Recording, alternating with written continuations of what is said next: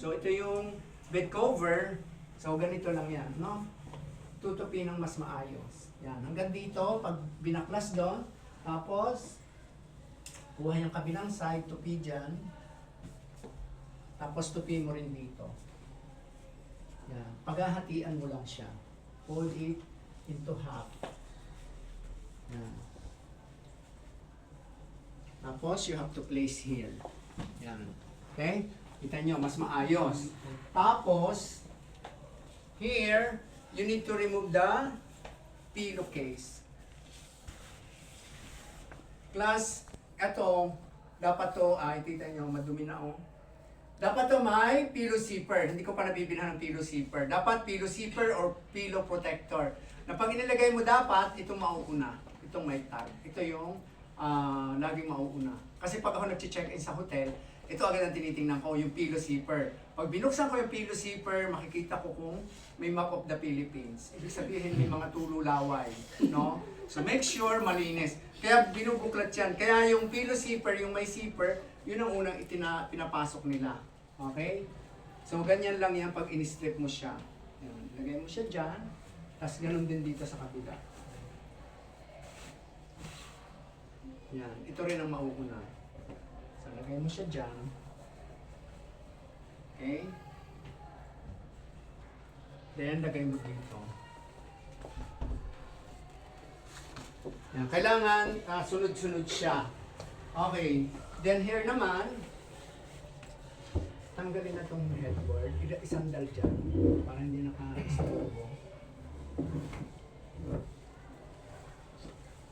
So yan, ito yung ano natin, last sheet, no? Who can help me? Partner ka sa akin. Kailangan hindi lalapat ang linin sa sahig. Tutupi natin. So ganito rin ang makikita ko pag gumawa kayo, ha? Okay. Yan.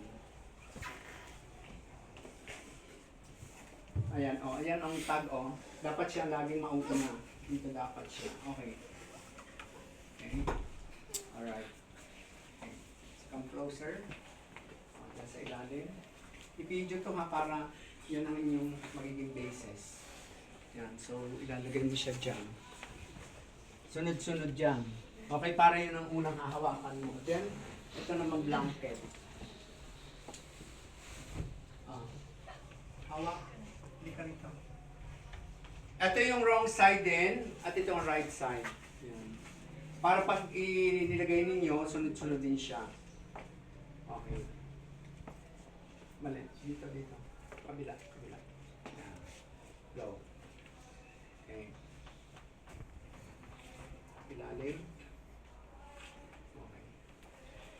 Sunod-sunod dyan, para dyan kayo kukuha. Then, isa pa.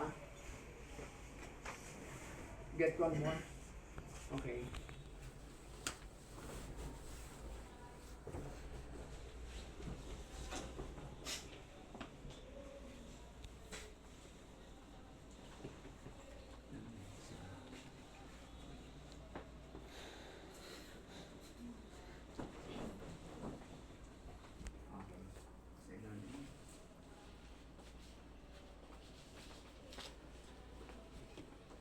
Sunod-sunod dyan.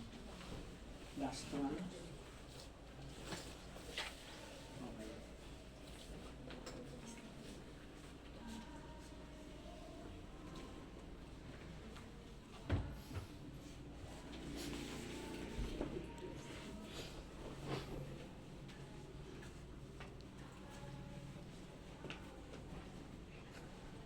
One of 0.5. Okay.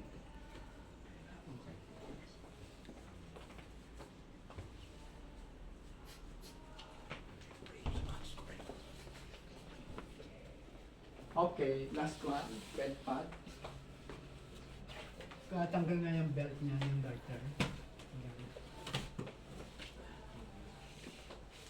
So dito naman, ito yung wrong side niya, yung masama, no? Makikita mo rin kung ano dyan ang wrong side kasi may tag. Yan dito sa gilid. Basta kita ninyo yan, ayan ang wrong side.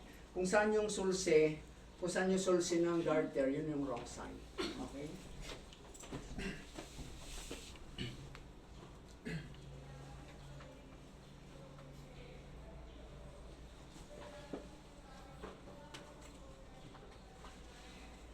Okay, so ito yung bed pad, class. Ito yung bed pad, baka hindi nyo alam, bed pad. Ito naman bed sheet. Bed sheet, blanket, tapos bed cover, pillowcase, baka hindi pa nyo alam, pillow, at yung pillow zipper. Then the parts of the beds, ito naman yung mattress, no, kutsyon. So kung wala sa inyo nito, sa hotel at saka dito sa atin meron. Ito niya, mancha. Ano ito? Stain? Okay. Yan class, tingnan niya natin kung may mga ibaliktad niya kung may manto. Wala. Yan. In hotel, as well as in a cruise, may nakalagay na, may nakalagay na month. Halimbawa, January, February, March. Nakadikit yan dito. Bakit? Kasi kailangan mong i-reverse ang kama every 3 months. Why? Kasi kung malaki o malusog ang guest, yung mga ang tawag nyo sa mataba, sobrang malaki. Ubis. Yan. May guest kasi ako na hindi makatayo. Yun ay kailangan i-assist ko pa. Magtawag pa ako ng 6 na cabin steward. Sobrang laki. Kaya yung kama na yon nung matapos yung cruise, dinispatch na. Kasi pirat na. Kasi 7 days yun. Okay? Kaya yon every 3 months, i-reverse mo. So, January, February dito, March, April, May, doon naman i-reverse mo. Then, sa susunod, babaliktarin mo. Tapos, yung sunod na buwan. Tapos, after 3 months, yun naman kabila. Okay? Kaya yun ay may mga months. So, ito yung mattress. Dapat to may mattress bag. No? May balot to. Kaya, kita nyo, kung may balot yan, may protector. Para kung ang mga guests may menstruation or mga kung ano man dumi na sasala nung cover. Tapos to, tawag dito ay bed box or bed frame. Okay? Tatanungin kayo sa test daw, what are the parts of the bed? So alam nyo na, ito yung bed box or mattress frame or bed frame. Okay? Bed frame ang tawag dito sa patungan na to. Ito pinagpapatungan na to. Bed frame yan or bed box. Tapos ito naman ang tawag dito. Headboard. Ayan. So iuusod natin yan kasi para kayo makapwesto. Okay?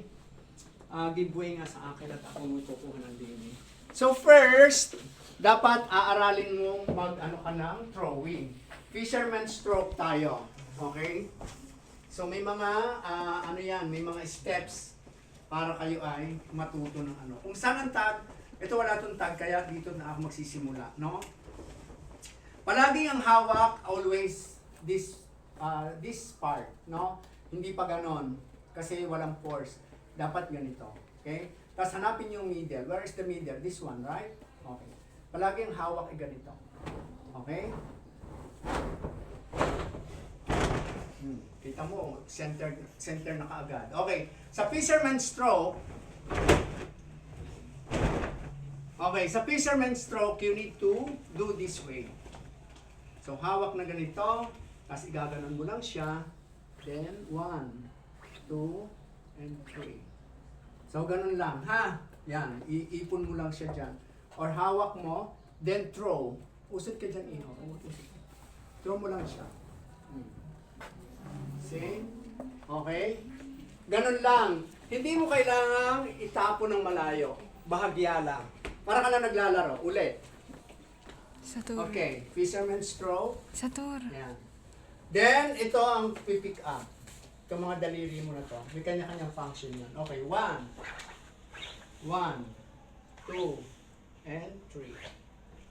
Okay? Then, throw mo lang siya. See? Ganun lang kasimple. Para ka na naglalaro. Dito kasi may mga steps na dapat mong matutunan. Hindi ka basta babanat ng babanat. No? Uli. Fisherman stroke, pwede din naman pag throw, tingnan natin kung makakaya ko. Pag sabay hagis, sabay titik. Yan. Okay? Pwede rin yung ganon. Okay? Pero kayo, mga beginner. At dyan, halimbawa, katulad yan, pwede mo siyang i-drive. Pwede mo siyang i-drive doon, dadahan-dahanin mo lang yan. Ganito din ang hawak, tapos gaganon-ganonin mo siya. See? Umuusod. Kung nandun naman niya sa kabila, yan.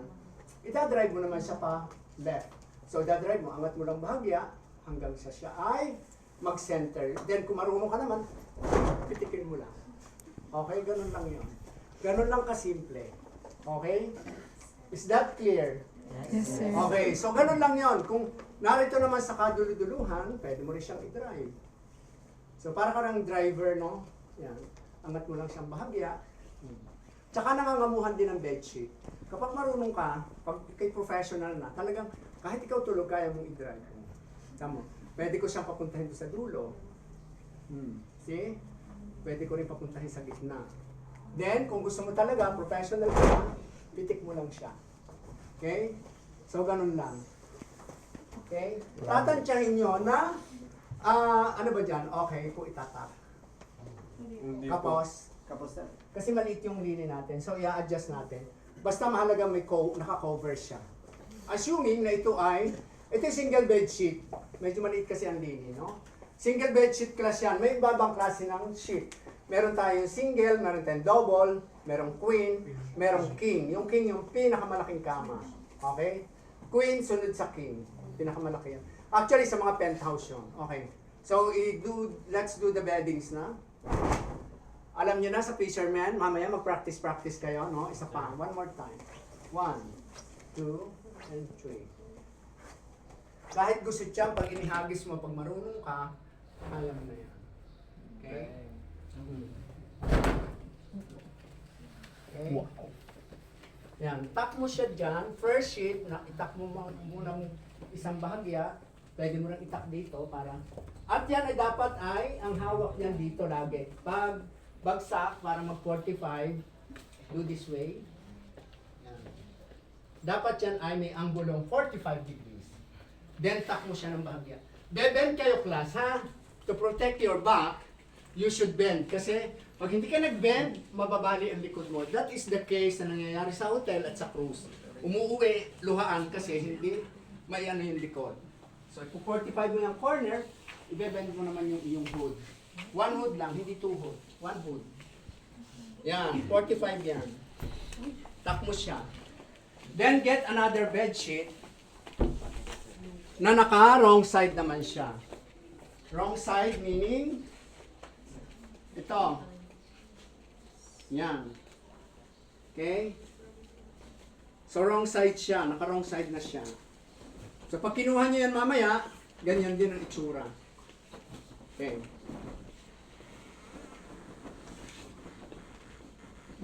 So hawak mo uli, ayan, naka-wrong side na tayo. Ayan, oh. Ito. Yan ang middle. Fisherman ka ulit, para.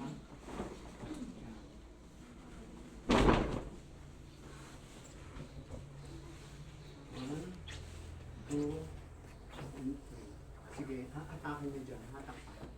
Stretch pa. Para hindi siya kulubot. Mamaya natin hahapitin yan. Okay. Then, dito hanggang dito lang siya. Tingnan niyo pagka ito yung middle, kita niyo, pantay lang siya dyan. Then, get the blanket. Naka-right side naman siya.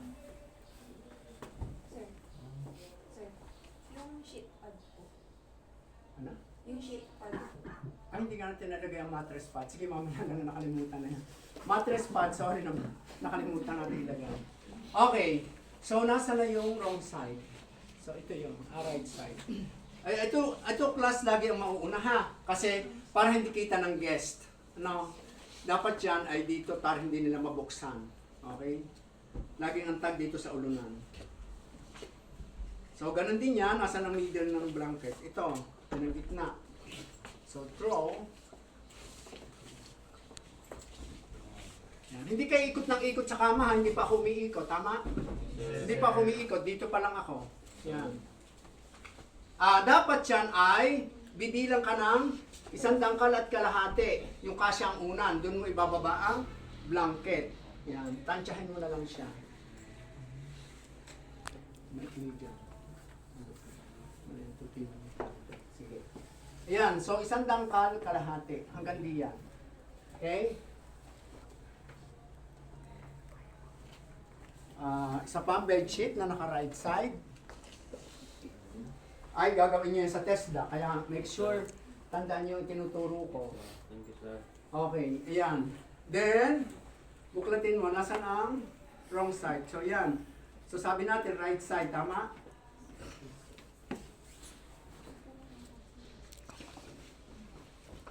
Okay.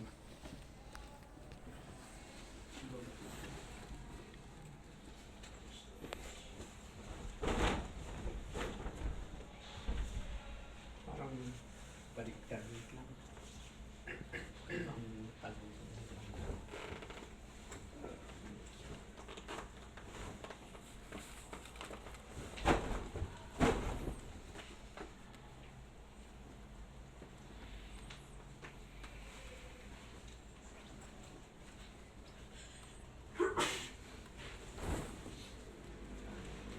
Okay, so kapantay niyan. Pantay din dito, ha? Yan. Okay. Sakto ba? Sige, more or less. More or less. Tapos, itutupi mo lang siya dito. So, ito yung blanket nyo. Yan, katulad yan may stain, hindi yan pwede dapat, ha? Kaya training naman to, kaya okay lang. Itutupi mo siyang pailalim. Tap this one. Yan. Okay? Then, tupi mo lang to ng isa. Yan. Baba mo lang siya. Bababa mo lang siya. Okay. Then, bend ka dito. Bend. Bend. Tak mo siya ng kalahati. Then, proceed ka sa kabila. Hindi pa umiikot, ha? So, don't waste your time na ikot ng ikot para hindi na uubos ang oras nyo. Yan. Then, proceed ka dito sa baba. Dito, may time ka maghapit, no? Pwede mong iayos siya ng maayos. Yan. Hatakin mo. And pag magpapalis kayo, use the back of your hand. Ito. Ha? Yan. Kulubot ng isa. So, hatak lahat ang bedsheet para hindi siya kulubot. Para hindi siya wrinkled. Yan. Then, baba mo naman to. Ganon din. Then, last one.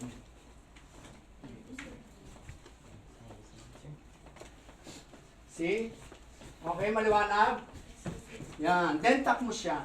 Isang ganun ka lang. 1. Dito sa kabila, ganun din. 2. 2. Okay? Then, dito naman gagawa ka ng 45 degrees na katulad doon. Kaya ako tinitingnan ko sa hotel pagka yung bedding sila maayos. Yan. Angat mo lang dito. Taas. Tap. Yan. Tapos, sundutin mo lang siya. Okay? Pwede rin, pag ganito ang sundot, pwede pag ganito. Yan. Okay? Then proceed ka dito sa kabila. Ganon din. Hawak mo siya dito. Angat. Then, tap. Make sure, 45 degrees. Pwede ka dyan magsimula. Sundutin mo dyan. Punta sa dulo. Yan. Okay?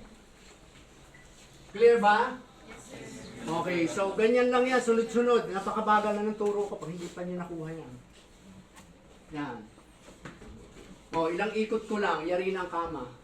Okay? Then, get the bed cover.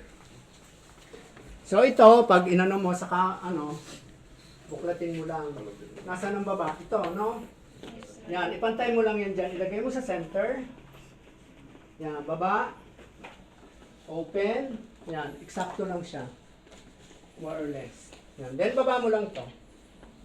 Then, you have to throw this cover until here. Ha? Okay? Kasi dun mo, yan, iganon mo lang siya. Hold here. Ito-throw mo lang hanggang doon sa may tupi. Ulit. One more time. Yan. Then, punta ka na lang dito.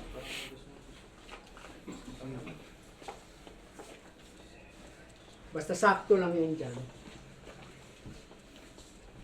Okay, then get the pillow. Sa 1 by 1, ha? Yan, ilagay yan dyan. Punta ka dito. First, open the pillowcase. Uy. Ano ba yan? Huwag sumandal dyan. Okay.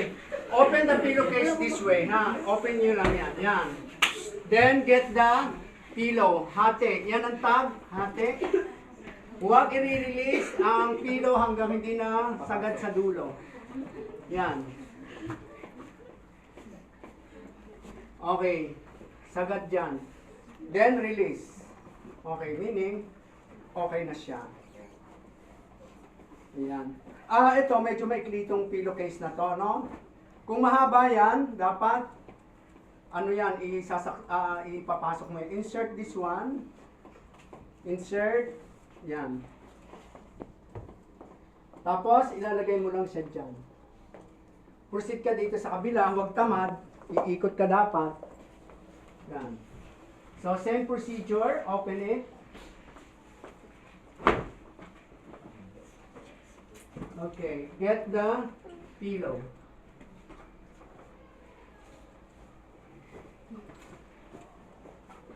Yan. Release. Pag hindi nahihirapan kayo, pwede naman yung ipasok yung dalawang kamay nyo. Isang nyo yun doon. Yan. Okay? Then, tuck to. Tuck. Yan. Dito lagi ang hawak ha. Dito ang hawak palagi. Para hindi na deform yung pillow mo. Kapantay dito, class ha. Dapat siya, pag inilupi natin, may baywang dito. Yan. Kaya yan, hanggang dito lang yan. Kapantay dito, ang unan. Yan. Then, cover.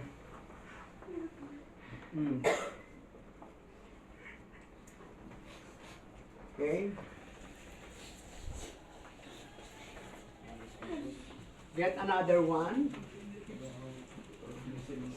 Para may baywang siya. Tapos, pwede mo rin siyang itak dito. Para hindi pangit yung mga mulmul ay nakikita. Yan. Basta yan, may baywang dito sa gitna. Yan. Parang hinanap ni friends ko. Ha? Ito, Ayan. hinanap niya pa. Wala, ito yung mga stock na. Bakit ba kayo magkaakbayan? Ayaw ko makakita ng ganyan, ha? Pose like this. I want to see everyone posing this way. Wala magkakaakbayan para mag-asawa. Ha? Walang ganyan. Hindi professional tingnan. Okay? So, this is the traditional. Okay? Then, ang gagawin dyan, ipupush mo na lang yan. Ganun din, nakabend ang isang paa. Yan. Okay? Lalagay mo na yung headboard. Okay. Then, that's the traditional. This is the traditional setup. Bakit nalukot siya? Huwag nang lagay. Magpasikip yan. Okay. So, clear? Yes, sir. Maliwanag yun. So, ganyan ang itsura pag inano. Pagka medyo lukot, paplansyahin ang inyong back part ng inyong hand. Yan. Akin na yung bed runner dyan sa